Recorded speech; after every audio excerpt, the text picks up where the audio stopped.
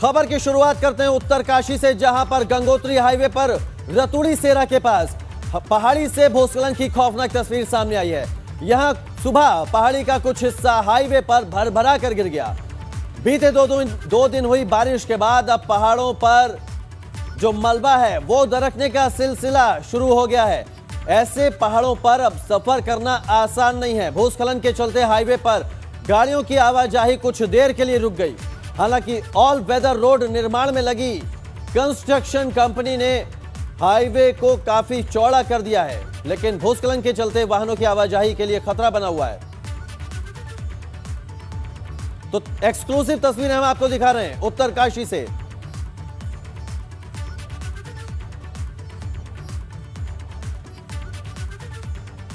और इसी बीच एक बड़ी खबर आपको बता दें, उत्तराखंड में 1 जून तक बढ़ाया गया है कोविड कर्फ्यू। कोरोना संक्रमण के चलते सख्ती के साथ 1 जून तक कोरोना कर्फ्यू लागू रहेगा। बड़ी खबर आपको बता रहे हैं, उत्तराखंड में 1 जून तक बढ़ाया गया है कोविड कर्फ्यू। कोरोना संक्रमण के चलते सख्ती के साथ 1 जून तक कोविड कर्फ्यू जारी रहेगा। सुबह 8 बजे से लेकर 11 बजे तक ही दुकानें खोलने का वक्त निर्धारित किया गया है। 28 मई को केवल राशन की दुकानें और जनरल स्टोर को खोलने की परमिशन दी गई है। 1 जून सुबह 6 बजे तक कोविड कर्फ्यू जारी रहेगा। बड़ी खबर आपको बता रहे हैं, शासकीय प्रवक्ता सुबोध उनियाल ने यह जानकारी दी है। तो उत्तराखंड में कोरोना का जो संक्रमण है उस पर लगाम लगाने के लिए कोविड कर्फ्यू को और बढ़ाया गया है। 1 जून तक कोरोना कर्फ्यू को बढ़ाया गया है। सख्ती के साथ 1 जून तक कोविड कर्फ्यू जारी रहेगा। 1 जून सुबह 6 बजे तक कोविड कर्फ्यू को लागू किया जाएगा और सुबह 8 बजे से 11 बजे तक ही दुकानें खुलेंगी। ज्यादा जानकारी के साथ सीधे रुख करते हैं देहरादून से, हमारे संवाददाता रवि कैंतुरा जुड़ गए। रवि, सख्ती के साथ 1 जून तक कोविड कर्फ्यू लागू किया जाएगा, अपडेट दीजिए। बिल्कुल कौशल, देखिए क्योंकि 1 जून की सुबह 6 बजे तक अब कोविड कर्फ्यू पूरे प्रदेश में एक बार फिर से लगा दिया गया है। कोविड कर्फ्यू का जो समय है उसको बढ़ा दिया गया है। हालांकि कोरोना के मामलों में अगर हम देखें तो पिछले 24 घंटे में कुछ ज़रूर कमी आई है, लेकिन अभी स्थिति और हालात ऐसे हैं कि कर्फ्यू को हटाया नहीं जा सकता। कुछ बदलाव इसमें हुए हैं। अगर हम बात करें तो 28 तारीख की अगर हम बात करें तो उस दिन राशन की दुकानें हैं उनको खोलने का समय दिया गया है। 28 तारीख को ये दुकानें खुल सकेंगी। इसके साथ ही अगर बात करें तो प्रतिदिन थोड़ा सा समय में बदलाव हुआ है। अब 8 बजे से 11 बजे तक जो आवश्यक सेवाएँ हैं, फल, दूध, सब्जी, ये दुकानें खुलेंगी। इसके साथ ही जो सख्ती के साथ पहले से ही जो नियमों का पालन करना है वो लगातार जारी रहेगा और पूरे प्रदेश में किस तरीके से कर्फ्यू का पूरा पालन कराया जा सके, इसके लिए जिला प्रशासन और पुलिस प्रशासन को भी इन तमाम चीज़ों को निर्देशित किया गया है। तो अभी जिस तरीके के हालात हैं, भले ही हल्की सी राहत कोरोना के मामलों से कुछ उत्तराखंड में मिली है, लेकिन मौत के आंकड़े लगातार बढ़ते जा रहे हैं। साथ में ब्लैक फंगस का भी लगातार खतरा मंडरा रहा है। तो ऐसे में अब इस कर्फ्यू को बढ़ा दिया गया है। 1 जून की सुबह 6 बजे तक कर्फ्यू लगा दिया गया है। बिल्कुल रवि, आप हमारे साथ बने रहिए, आगे भी आपसे अपडेट लेंगे। तो कोरोना के संक्रमण को तोड़ने के लिए 1 जून तक कोविड कर्फ्यू को बढ़ा दिया गया। ये बड़ी खबर हम अपने दर्शकों को बता रहे हैं। और इसी बीच रुड़की से एक बड़ी खबर आ रही है, जहां गांवों में बुखार और खांसी से पीड़ित हो रहे लोग। पाटली गांव पहुंची है स्वास्थ्य विभाग की टीम और कैंप लगाकर लोगों का सैंपल लेने का काम किया जा रहा है। तो रुड़की से ये बड़ी खबर हम आपको बता रहे हैं। ये तस्वीरें भी हम आपको दिखा रहे हैं रुड़की की, जहां पर पाटली गांव में स्वास्थ्य विभाग की टीम पहुंची है, क्योंकि गांव में खांसी और जुकाम के जो मरीज हैं वो बढ़ गए हैं। ऐसे में कैंप लगाकर लोगों का सैंपल लिया जा रहा है। नायब तहसीलदार ने कहा है कि ग्रामीण जांच नहीं करवा रहे हैं, तो कहीं ना कहीं ये भी एक बड़ी रुकावट ये इस बात को लेकर खड़ी हो सकती है, क्योंकि कोरोना की चेन को अगर तोड़ना है तो जांच जरूरी है। ऐसे में सहयोग करना जरूरी है ग्रामीणों का। रुड़की में ये पाडली गांव है, जहां पर बुखार और खांसी से कई लोग पीड़ित हैं और ऐसे में स्वास्थ्य विभाग की टीम पाडली गांव पहुंची है जांच के लिए। लोगों की जांच की जा रही है। एएनएम आशा कार्यकर्ता गांव में जाकर सर्वे कर रही हैं, लेकिन स्वास्थ्य अधिकारियों का कहना इस तरह का है कि लोग जो है, ग्रामीण जो है, वो जांच नहीं करवा रहे हैं। रुड़की से ये बड़ी खबर आपको बता रहे हैं। गांवों में बुखार और खांसी के मरीज बढ़ रहे हैं। ऐसे में स्वास्थ्य विभाग की टीम एक पाडली गांव है जहां पहुंची है। कैंप लगाकर लोगों की जांच की जा रही है, लेकिन स्वास्थ्य अधिकारियों का यह भी कहना है कि कुछ ग्रामीण हैं वो जांच में सहयोग नहीं कर रहे हैं। अगर कोरोना की चेन को तोड़ना है, कोरोना के खतरे को कम करना है, तो जांच कराना बेहद जरूरी है। विनीत त्यागी हमारे साथ ज्यादा जानकारी के साथ जुड़ गए। विनीत, ऐसे कितने गांव हैं रुड़की में जहां पर बुखार और खांसी के मरीज बहुत ज्यादा तादाद में आ रहे हैं? पाडली गांव की खबर हमारे दर्शकों को, हम अपने दर्शकों को बता रहे हैं कि जहां पर स्वास्थ्य विभाग की टीम पहुंची, लेकिन साथ ही ये भी है कि ग्रामीण जांच नहीं करवा रहे हैं। तो आखिर कोरोना की पहचान कैसे होगी और इसकी हार कैसे होगी? हाँ जी बिल्कुल, देखिए कौशल, जिस तरह से लगातार देहात क्षेत्रों में जो अब है लगातार बुखार और खांसी के मरीज मिल रहे हैं, शिकायत लोगों को आ रही है, लेकिन उसके बावजूद भी जो लोग हैं वो जांच कराने के लिए नहीं पहुंच रहे। अभी जो ताजा मामला है वो पाडली गांव का है, जहां पे स्वास्थ्य विभाग और प्रशासन की टीम मौजूद है और जांच के लिए आई हुई है, लेकिन अभी भी जो है इक्का दुक्का लोग ही जांच के लिए पहुंचे हैं। तो पूरी तरह प्रशासन द्वारा भी यही अपील की जा रही है, अनाउंसमेंट के द्वारा भी यही अपील की जा रही है कि जो है अधिक से अधिक लोग जांच कराने पहुंचे, ताकि जो लोग खांसी और बुखार से पीड़ित है उनको पता चल सके उनको क्या दिक्कत है, क्या बीमारी है। जी बहुत शुक्रिया विनीत, आपका नजर बनाए रखिएगा। तो रुड़की में ये पाडली गांव है जहां पर स्वास्थ्य विभाग की टीम पहुंची है। आगे बढ़ते हैं, देहरादून में बीजेपी प्रदेश अध्यक्ष मदन कौशिक ने मौन व्रत रखा। कांग्रेस की शुद्धि बुद्धि के लिए बीजेपी प्रदेश अध्यक्ष ने मौन व्रत रखा। बीजेपी प्रदेश मुख्यालय में मौन व्रत का कार्यक्रम रखा गया। बीजेपी प्रदेश अध्यक्ष के साथ कैबिनेट मंत्री बंशीधर भगत, विधायक खजान दास समेत पार्टी के प्रदेश पदाधिकारी भी मौन व्रत पर बैठे। सभी ने कांग्रेस को नसीहत दी कि कोरोना से करें लड़ाई और जनता की करें सेवा। तो तस्वीरें भी हम आपको दिखा रहे हैं।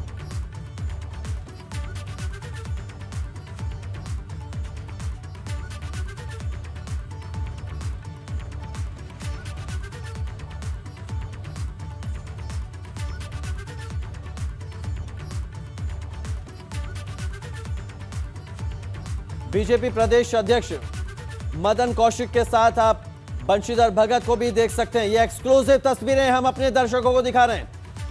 भाजपा प्रदेश मुख्यालय पर मौन व्रत का कार्यक्रम रखा गया।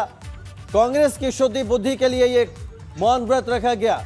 बीजेपी प्रदेश अध्यक्ष मदन कौशिक इसमें शामिल हुए, बंशीधर भगत कैबिनेट मंत्री इसमें शामिल हुए, विधायक खजान दास भी इसमें मौजूद हैं। एक्सक्लूसिव तस्वीरें हम आपको दिखा रहे हैं। और इस मौन व्रत से कांग्रेस को नसीहत देने का काम किया गया कि कोरोना से लड़ाई करें और जनता की सेवा करें, सियासत ना करें।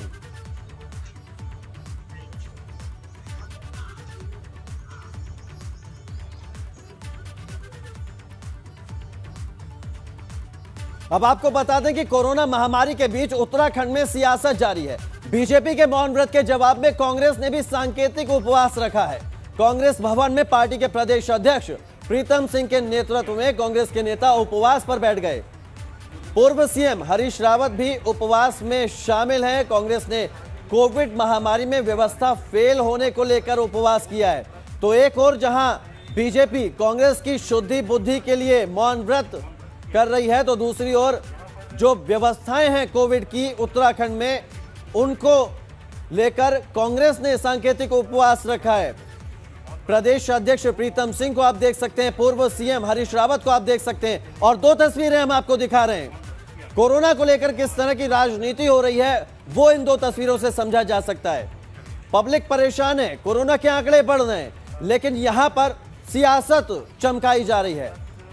पहली तस्वीर बीजेपी मुख्यालय की, जहां पर प्रदेश अध्यक्ष मदन कौशिक और बंशीधर भगत समेत कई नेता पदाधिकारी मौन व्रत पर बैठे हैं। तो दूसरी तस्वीर आपको दिखा रहे हैं कांग्रेस भवन की, जहां पर प्रीतम सिंह के नेतृत्व में उपवास रखा गया है। पूर्व सीएम हरीश रावत भी इस उपवास में शामिल हुए। और सीधे रुख कर लेते हैं कांग्रेस भवन का। देहरादून से हमारे संवाददाता रवि कैंतुरा मौजूद हैं। रवि, सबसे पहले तो तस्वीरें दिखाइए और ये उपवास और मौन व्रत को लेकर जो सियासत हो रही है कोरोना को लेकर, उसके बारे में भी समझाइए, और हो सके तो किसी बड़े नेता से बात करने की कोशिश कीजिए। बिल्कुल कौशल, देखिए अगर हम बात करें तो आज बीजेपी कार्यालय पे बीजेपी प्रदेश अध्यक्ष मदन कौशिक, कैबिनेट मंत्री बंशीधर भगत और तमाम बीजेपी के पदाधिकारियों ने मौन उपवास रखा। वहीं दूसरी तरफ इसी जवाब में कांग्रेस का भी जो है सांकेतिक उपवास रहा है। मैं कांग्रेस भवन में मौजूद हूँ और जो अभी तक मैं आपको बता दूं, क्योंकि जो उपवास रखा गया था वो 12:30 बजे तक का था और उपवास खत्म हो गया है।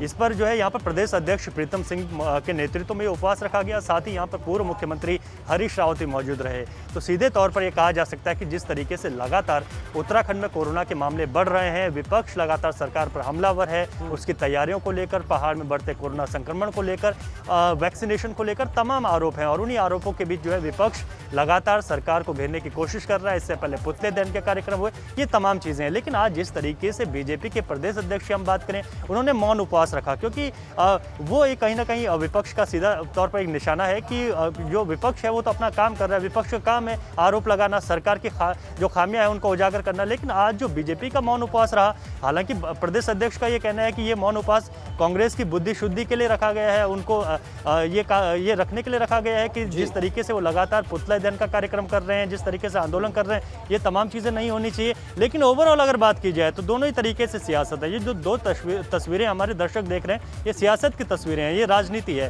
चाहे बीजेपी की बात करें या फिर कांग्रेस की बात करें, दोनों तरफ से राजनीति जरूर हो रही है। हर एक अपनी राजनीति को चमकाने की कोशिश कर रहे हैं। और इसके साथ ही अगर हम बात करें, क्योंकि कोरोना का जो मामले हैं वो बढ़ रहे हैं और सरकार को चाहिए कि इस पर इस वक्त जो है कोरोना के नियंत्रण, उसके प्रभावी नियंत्रण, भावी रणनीति को तैयार किया जा सके।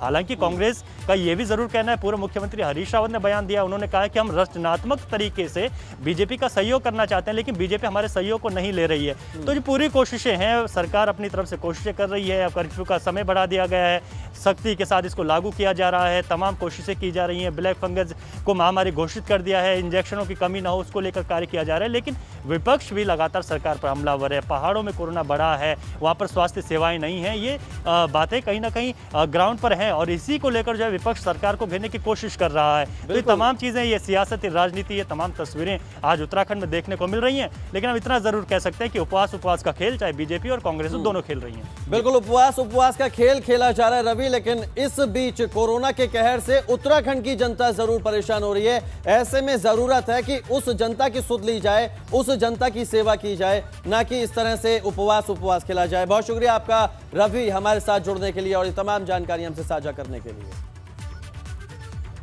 कोरोना के कहर के बीच उत्तराखंड में ब्लैक फंगस के मरीज भी बढ़ते जा रहे हैं। प्रदेश में ब्लैक फंगस के 100 से ज्यादा मरीज सामने आ चुके हैं, जबकि इस जानलेवा बीमारी से अब तक प्रदेश में 9 लोगों की जान जा चुकी है। ब्लैक फंगस के मरीजों की अगर बात करें तो देहरादून में 97, उधम सिंह नगर में 1, नैनीताल में 3 ब्लैक फंगस के मरीज मिले हैं। हालांकि इस बीच उत्तराखंड के लिए राहत की बात यह है कि प्रदेश को ब्लैक फंगस के लिए 400 इंजेक्शन मिले हैं, जिसमें 300 इंजेक्शन गढ़वाल और 100 इंजेक्शन कुमाऊं के लिए दिए गए हैं। तो कोरोना के बीच उत्तराखंड में ब्लैक फंगस के भी केस बढ़ते जा रहे हैं। देहरादून में 97 केस सामने आए, उधम सिंह नगर में 1 केस सामने आया, नैनीताल में 3 केस सामने आए। और ब्लैक फंगस के लक्षण क्या हैं वो हम आपको बता रहे हैं। आंखें बंद करने में परेशानी, आंखें खोलने में दिक्कत, दांतों में दर्द, चबाने में कष्ट, उल्टी और खांसने में खून आना, ये ब्लैक फंगस के लक्षण हैं। किसको ज्यादा खतरा वो भी हम आपको बता रहे हैं। अनियंत्रित डायबिटीज के मरीजों को, कोरोना संक्रमण से इलाज के दौरान स्टेरॉइड का इस्तेमाल करने वाले मरीजों को, लंबे वक्त तक ऑक्सीजन पर रहने वाले मरीजों को इस ब्लैक फंगस से खतरा है। सांस से जुड़ी बीमारियों और एंटी कैंसर ट्रीटमेंट ले रहे लोगों को ब्लैक फंगस की समस्या हो रही है। स्टेरॉइड की हाई डोज लेने वालों को ज्यादा खतरा है ब्लैक फंगस से। और उत्तराखंड में यह ब्लैक फंगस तेजी से पैर पसार रहा है। 100 से ज्यादा केस सामने आ चुके हैं अब तक।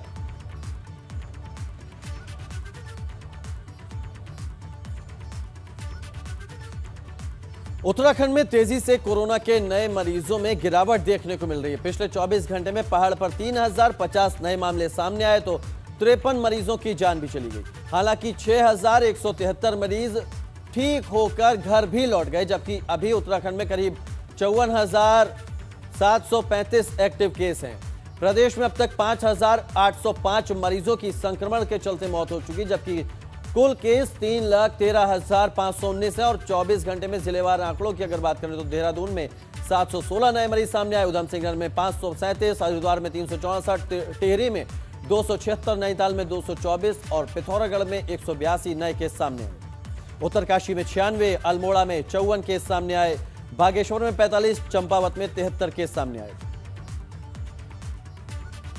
एक और प्रदेश में कोरोना के केस कम हो रहे हैं तो दूसरी ओर उत्तराखंड के पर्वतीय जिलों में कोरोना संक्रमण की रोकथाम पर सिस्टम फेल नजर आ रहा है। यहां मई में 19 मई तक 19% मरीज पर्वतीय जिलों में मिले हैं, जबकि पहाड़ी जिलों में जांच की रफ्तार भी धीमी है। 1 मई से 10 मई तक पर्वतीय जिलों में 20,000 लोग संक्रमित पाए गए हैं।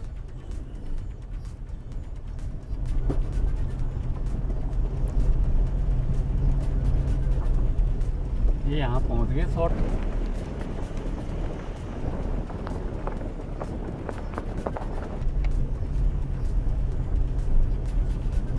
तो पहाड़ी क्षेत्रों में कोरोना बेकाबू हो रहा है। गांव में, जो पहाड़ी इलाकों में जो गांव है, वहां संक्रमण का खतरा बढ़ गया। और इसी बीच बड़ी खबर आपको बता दें, सीएम तीरथ सिंह रावत आज चंपावत दौरे पर हैं। सीएम बनने के बाद पहली बार मुख्यमंत्री का ये चंपावत दौरा है। चंपावत में अधिकारियों के साथ बैठक का कार्यक्रम है। इसके अलावा कोविड अस्पताल का भी मुख्यमंत्री को निरीक्षण करना था। तो बड़ी खबर आपको बता रहे हैं, आज चंपावत दौरे पर हैं मुख्यमंत्री तीरथ सिंह रावत। सीएम बनने के बाद आज पहला दौरा मुख्यमंत्री का चंपावत में।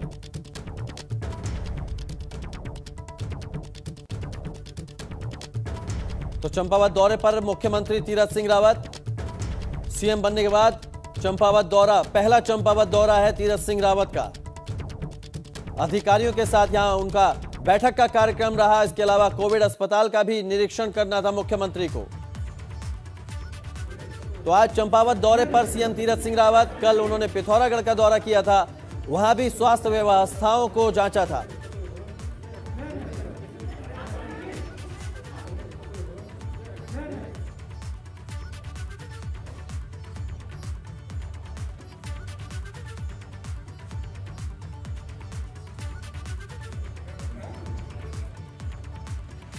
तो मुख्यमंत्री तीरथ सिंह रावत कल पिथौरागढ़ भी पहुंचे थे। सीएम बनने के बाद वो पहली बार पिथौरागढ़ पहुंचे थे। यहां उन्होंने पेयजल मंत्री, उनके साथ पेयजल मंत्री बिशन सिंह चुफाल और सांसद अजय टमटा भी मौजूद रहे। अपने दौरे के दौरान सीएम तीरथ सिंह रावत ने जिला अस्पताल पहुंचकर भर्ती कोविड मरीजों का हालचाल भी जाना। तो ये तस्वीरें पिथौरागढ़ की है, जब मुख्यमंत्री पिथौरागढ़ पहुंचे थे। हर डिस्ट्रिक्ट हॉस्पिटल तक पहुंच रहे हैं। सारे डिस्ट्रिक्ट हॉस्पिटलों में ऑक्सीजन प्लांट होगा। इवन हम सीएससी तक भी पहुंचने जा रहे हैं कि गांव के लोग भी डिस्ट्रिक्ट की तरफ ना आए, उनको वही सुविधाएं मिलें जो सुविधा डिस्ट्रिक्ट हॉस्पिटल में मिल रही हैं। तो सीएससी और पीएससी में भी आप ऑक्सीजन प्लांट हमारा हो और वहाँ पे भी पूरी तरह से उनको सेवाएं मिलें, ये हमारा प्रयास है। और मैं कह सकता हूँ कि 1 अप्रैल से लेकर 21 इस 1.5 महीने के अंदर में ऑक्सीजन प्लांट हो, आईसीयू बेड हो, ऑक्सीजन बेड हो, वेंटिलेटर हो, कहीं 4 गुना बड़ा है, कहीं 9 गुना बड़ा है, कहीं 10 गुना बड़ा। 1.5 महीने के अंदर इतना गुना हमने ये बढ़ाया है। हरिद्वार में सीएमओ कार्यालय के बाहर आज भी पूर्व सीएम त्रिवेंद्र सिंह रावत का पोस्टर लगा है। अटल आयुष्मान योजना के प्रचार प्रसार के लिए यह पोस्टर लगाया गया था। सीएम बदलने के 3 महीने बाद भी सीएमओ ऑफिस से पूर्व सीएम त्रिवेंद्र सिंह रावत का यह पोस्टर नहीं हटाए।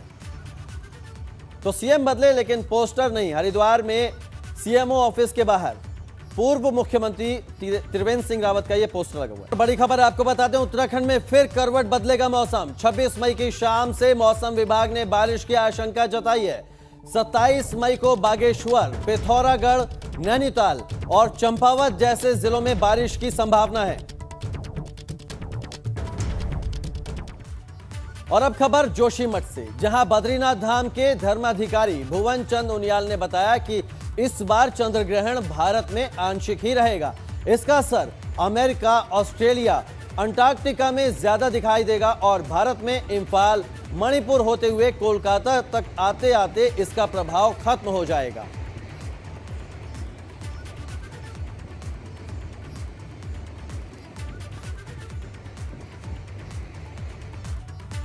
तो फिलहाल उत्तराखंड प्राइम में इतना ही, लेकिन उत्तर प्रदेश और उत्तराखंड की तमाम खबरों के लिए देखते रहिए एबीपी गंगा, खबर आपकी, जुबान आपकी।